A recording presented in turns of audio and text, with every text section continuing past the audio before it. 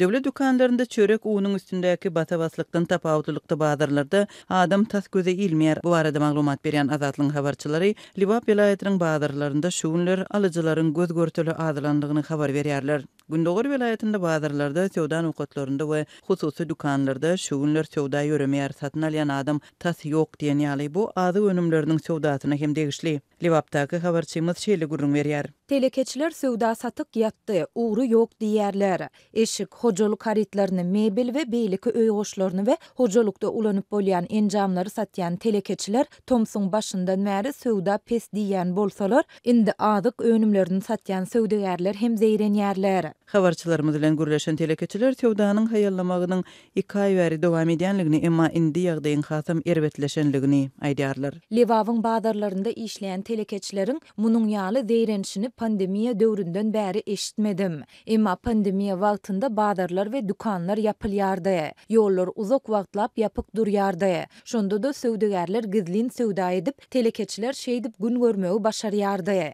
Dip habarçymyz gurrun berýär. Liwawyň hususy sewda nokatlarynda alyjylyk aktivliginiň petelmeginiň sebäplerini yerli resmilerden anyklap bolmady. Telekeçiler bolsa munyň sebäbini ýylat köpçüliginiň maddi ýagdaýynyň ýarymazlaşmagyny görýärler. Munyň ýaly ýagdaý soňky ýyllarda bolmanyny, adamlar başga hiç zat satyn almasa da azyk önümini almaga synanýardy. Indi adamlar azyga da pul sarp etmekden saklanýar, köpçülik has tygyşetli ýaşamaly bolýar. Dip Azatlyk bilen gürleşen yerli sewdagär aýtdy, bu aralykda sewda dermanhanalarda hem petelipdir. Azatlyň habarçylary Liwapda jaý görýän öý goşlaryny satyn alýan hojalyklaryň hem azalandygyny aýdýar. Habarçymyz munyň sebäpleriniň biri soňky döwürde ýurdun daşynda zähmet çeken yerli ýaşaýjylardan öz maşgalalaryna uğradylýan pulun azalmagy bilen bagly diýär. Türkiýedäki inflasiýa, şol ýerde ýaşamak we işlemek üçin ruhsatnamalary almakdaky kynçylyklar türkmen raýatlarynyň gazanç etmek we Türkmenistandaky maşgalalaryny goldamak mümkinçiliklerini çäklendirdi. Bu aralykda Türkmenistanyň döwlet dükanlarynda nowatlaryň iýdi üzülmeýär.